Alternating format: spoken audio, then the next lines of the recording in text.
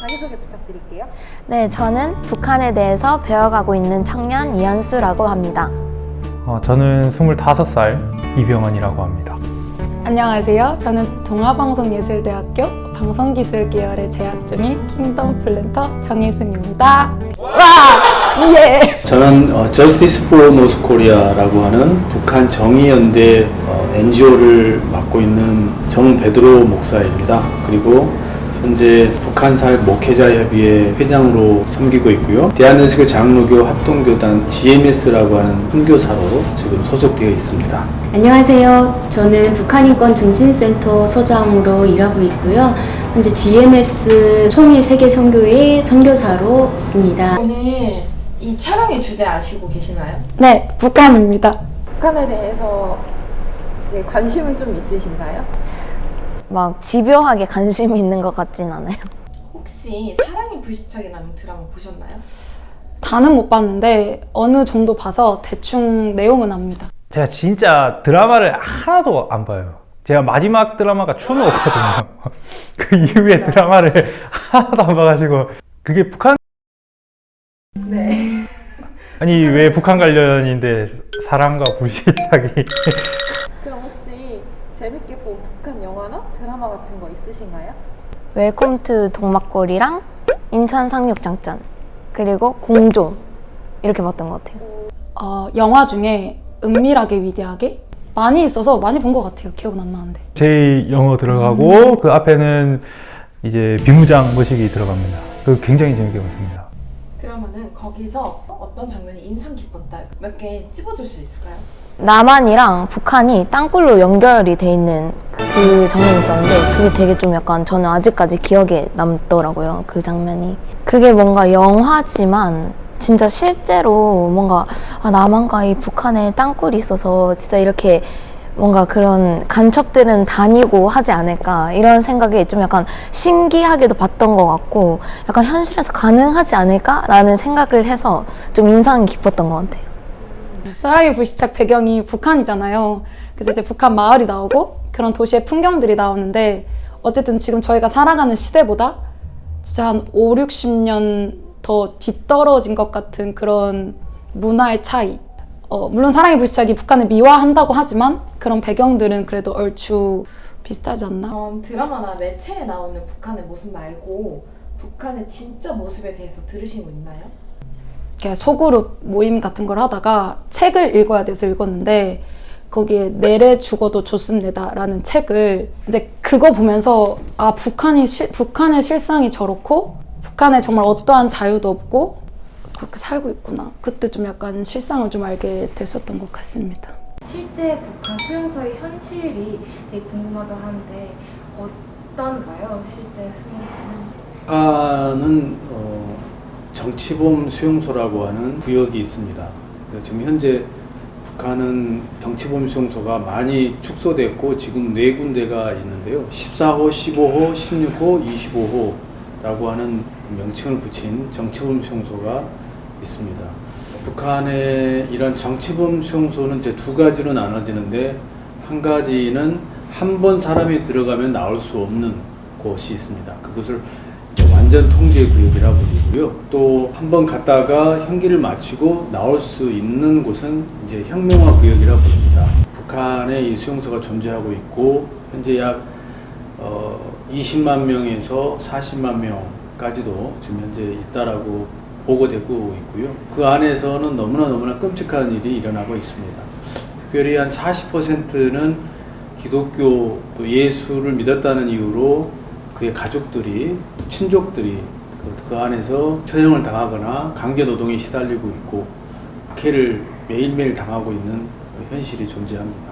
사실 북한에서 정치범 수용소로 보내지는 사람들에 대해서 먼저 소개를 한다면 북한에서 사상범인 경우에 대부분 정치범 수용소로 보내집니다. 사상범이라고 하면 북한의 김일성이나 김정일, 김정은과 같은 사람들에 대해서 비판적인 발언을 했다거나 사상적으로 북한의 체제에 반하는 그런 활동을 했거나 그런 발언을 했거나 이러면 정치범 수용소로 보내지게 됩니다. 북한에서는 사실 정치범 수용소를 정치범 수용소라고 부르지 않고 관리소라고 명칭을 붙였는데요. 아까 말씀드린 것처럼 15호 관리소 이런 식으로 관리소라는 이름을 붙여서 사용을 하고 있습니다. 그리고 정치범 수용소로 보낼 때는 온 가족을 다 같이 하룻밤 사이에 아무도 모르게 갑자기 집에 딱 들이닥쳐서 자기네들이 조사한 내용과 관련돼서 그 가족들을 다 하룻밤 사이에 정말 아무도 모르게 잡아갑니다.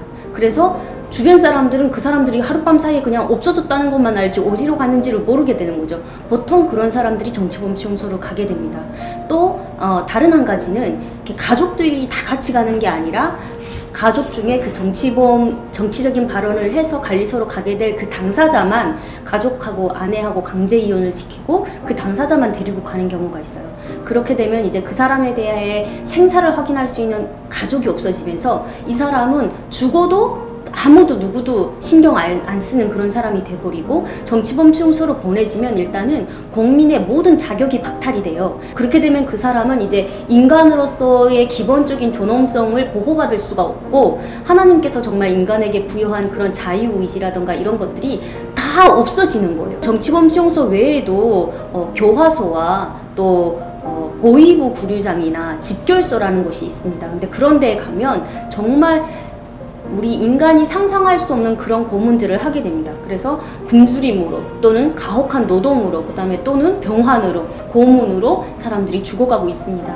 수용소뿐만 아니라 북한 일반 주민들의 삶은 어떤지 태양 아래에서라는 그 다큐멘터리처럼 그것도 다는 담아준 게 아니거든요. 북한 주민들의 삶을 어떻게 보면 그 외국인들에게 허락된 장소에서만 찍었기 때문에 그게 한계가 있어요. 겉핥기식으로 잠깐 다룬 것임에도 불구하고 우리 남한 사람들이 봤을 때는 충격이거든요. 근데 실제로는 북한 주민들의 삶은 너무도 열악해요. 북한 내부에서는 예전에는 배급도 다 줬었는데 지금은 배급도 안 주는 데다가 배급 체제가 무너진 지 너무도 오래됐고 사람들이 생계를 유지하기가 너무도 힘든 거예요. 일단은 직장에서 주는 한 달 급여가 정말 쌀 1kg 사기도 힘든 그런 급여를 주고 있어요. 그러니까 사람들이 직장으로 잘 나가지도 못하고 시장 경제에 의존할 수밖에 없어요. 북한 내부의 진짜 주민들의 삶은 정말 굶주리고 있고 너무도 힘들다. 지금 고난의 행군 때보다 더 힘들다라는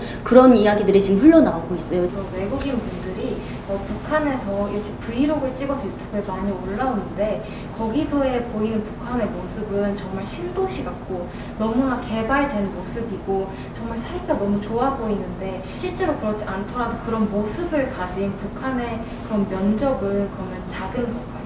사실 사회주의 나라들의 특성이기도 한데 겉으로 보여지는 것을 엄청 중시해요. 왜냐하면 외국인들이랑 왔을 때 그 사회에 대해서 안 좋게 말하는 이야기를 너무도 많이 알고 있고 그래서 자기 국가의 어떤 자랑, 우리나라가 이렇게 잘 산다라는 걸 보여주기 식으로 건물들을 짓는 것에 엄청난 심혈을 기울이고 있습니다. 그러다 보니까 브이로그나 이런 외국인들이 북한으로 들어갔을 때 찍은 거는 실제로 북한의 대부분 평양을 많이 찍고 있는데 평양은 북한에서는 외국이라고 보시면 돼요. 일반 주민들은 그런 좋은 걸 누릴 수가 없어요. 외국인들이 바라본 그 북한의 취재 내용 중에서 북한 지도부가 직접 그 사람을 보내서 허용된 곳만 촬영하고 북한의 체제를 선전하기 위해서 그런 것이라고 보는 것이 맞고요.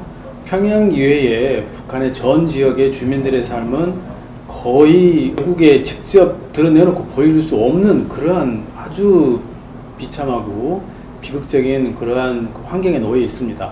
우리 청년들이 북한의 평양과 교육 시스템과 북한의 어떤 이념과 체제 또 평양에 흘러가는 이런 모든 걸 아시려면 영화 태양 아래를 꼭 한번 보기를 권장드립니다. 북한에 교회가 있을까요? 저도 잘 몰랐는데 전 당연히 그 공산주의니까 일단 자유가 없잖아요. 종교의 자유가. 그래서 당연히 종교가 없지 않을까 생각했는데 교회가 있다고 하는 거예요. 근데 알고 보니까 이제 외국의 시선들을 의식해서 만든 겉모습만 있는 교회들. 그러니까 외국에서 손님들 같은 거 왔을 때 보여주려고 만든 그런 교회들.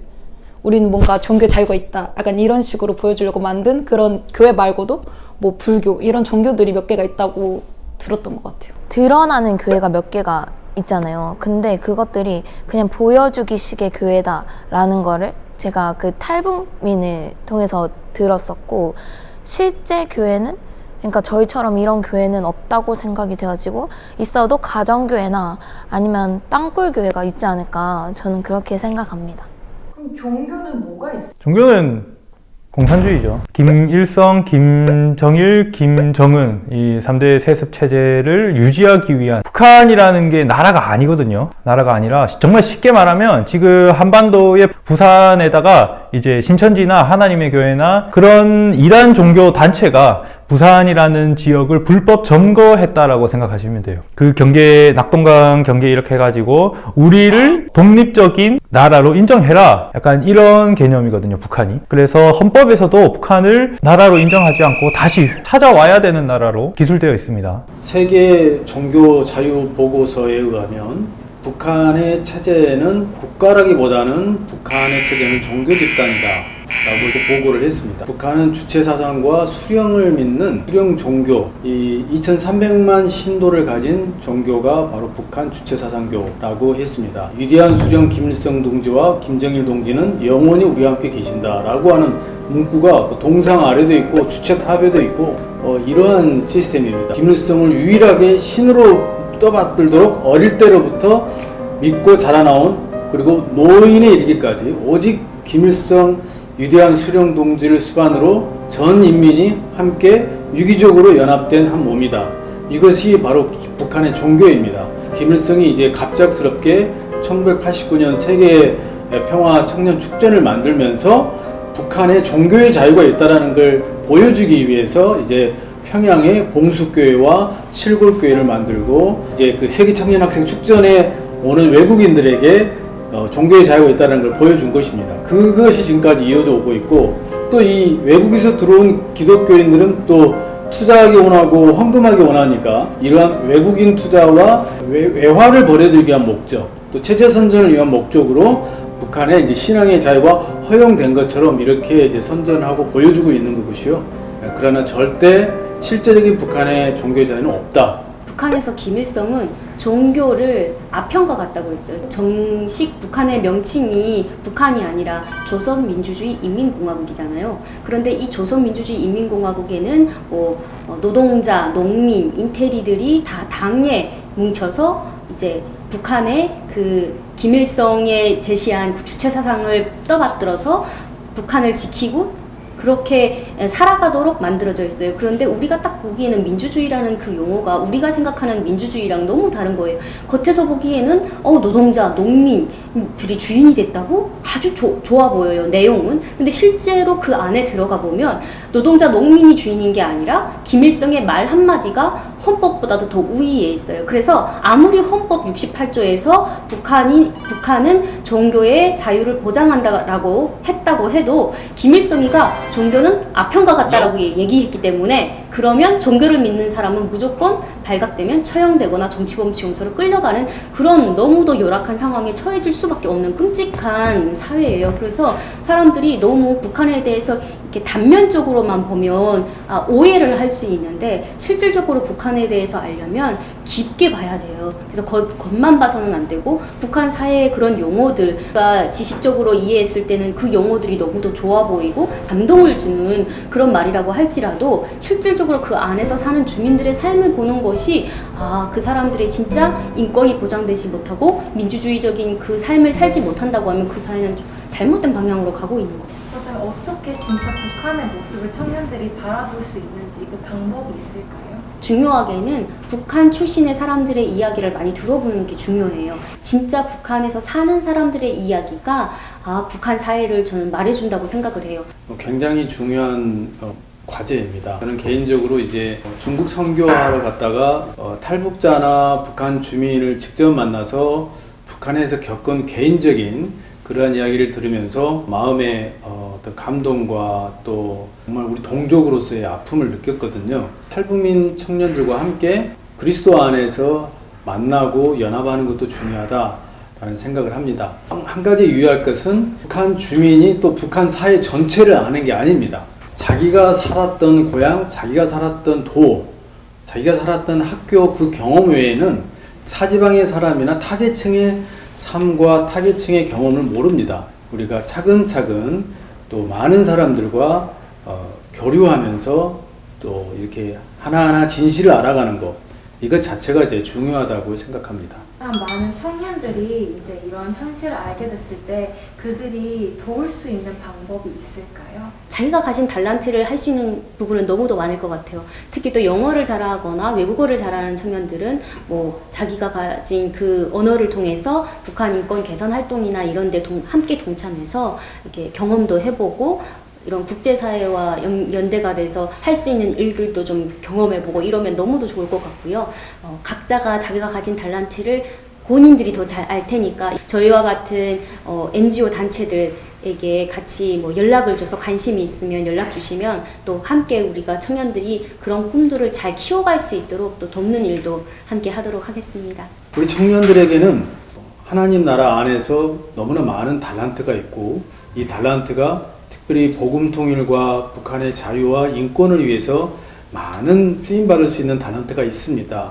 그래서 이 달란트들이 쓰임받기 위해서는 첫째로 저는 remember, 북한을 기억하고 관심 가져야 된다. 그리고 그 관심과 그리고 늘 기억함으로 내가 무엇을 할 수 있을까라고 했을 때 저는 늘 쉬지 않는 기도가 필요하다. 그래서 저희가 지금 우리 더 크로스 처치와 또 히스코리아 또 K합과 함께 하고 있는 운동이 북한 기억하기 기도운동 자카르 기도회입니다. 그래서 북한을 기억하고 박해받는 사람들을 기억하는 그런 모임에 늘 참여해 주시기를 부탁드리겠고요. 가장 중요한 건 복음 들고 가야 하는 여러분들은 사명이 있습니다. 그래서 내가 그 땅에 들어가면 무엇을 할 수 있을까?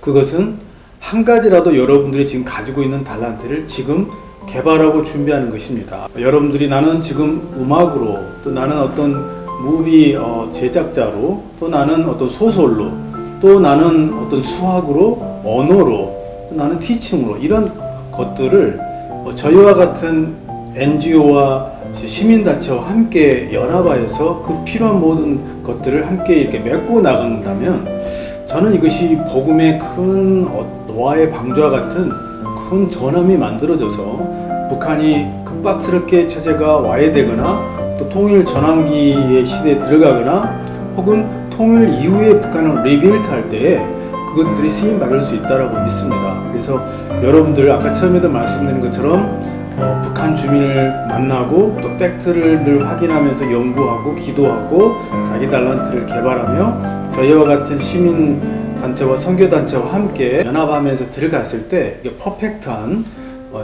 통일의 역사가 일어나지 않을까라고 권고드리고 싶습니다. 네, 그리고 또 사실 아까 얘기했던 것처럼 통일에 대해서 얘기했는데 요즘 많은 청년들이 이렇게 생각을 해요. 그 통일이 우리한테 뭔 상관이 있지? 뭐 우리에게 무슨 이익이야? 이렇게 생각을 하잖아요. 그래서 그런 청년들에게 좀 전해주고 싶은 이야기는 하나님도 북한 땅에 그 고통받고 있는 북한 주민들을 긍휼히 여기시고 그들을 사랑하십니다. 그것처럼 이 땅의 통일을 하나님도 너무도 원하실 거라고 생각합니다. 그리고 청년들이 또 그런 마음을 가지고 함께 또 동참하고자 하는 청년들도 있을 것 같아요. 그런데 이런 청년들이 정말 북한 땅을 바라보면서 과연 통일이 우리에게 무슨 이익이냐 할 때 이익만으로 따지면 사실 제가 북한에서 온 사람의 입장에서 너희들은 너무 이익만 따지냐 이런 생각이 좀 들기도 하는데 사실 경제적으로도 이익이 너무도 많고 사회학적으로 봤을 때도 엄청난 성장이 있게 됩니다. 통일이 되면 일단 영토의 확장이 되고 그리고 국민의 어떤 인구가 또 많아집니다. 영토 확장과 인구 증가는 엄청난 국가의 이익을 가져오고 우리가 사는 GDP에도 엄청난 영향을 미칩니다. 그래서 국가의 영토 확장과 인구의 증가 이런 것들이 앞으로 청년들이 사는 삶의 질도 높아진다는 것은 분명한 사실입니다. 그래서 하나님이 원하시고 하나님이 긍휼히 여기는 우리 이 한반도의 오랜 그 분단의 아픔들이 정말 종식이 빨리 됐으면 좋겠고 많은 것들이 달라집니다. 그래서 실질적으로 이익이 하나님이 원하시는 일들은 우리가 인간의 눈으로 봤을 때는 정말 인간적인 생각만 하지만 하나님의 시야는 더 넓고 더 깊습니다. 그렇기 때문에 분명 통일이 우리에게는 반드시 이익으로 돌아올 것입니다. 그런 믿음을 가지고 청년들도 이런 통일을 위해서 더 넓은 시각으로 인식을 하고 이런 통일을 위해서 더 적극적으로 활동해주면 너무도 좋을 것 같아요. 특별히 북한의 인권이 정말 너무도 열악한데 북한의 주민들도 한국에 이미 온 탈북민들도 정말 한국 사회에 정착하는데 많은 어려움을 겪고 있습니다. 그래서 청년들이 저희와 같은 NGO들과 또 같이 연합해서 할 수 있는 일들을 같이 해나간다면, 또 기도하면서 함께 해나간다면 하나님이 원하시는 통일이 반드시 이 땅에 꼭 올 것이라고 확신합니다.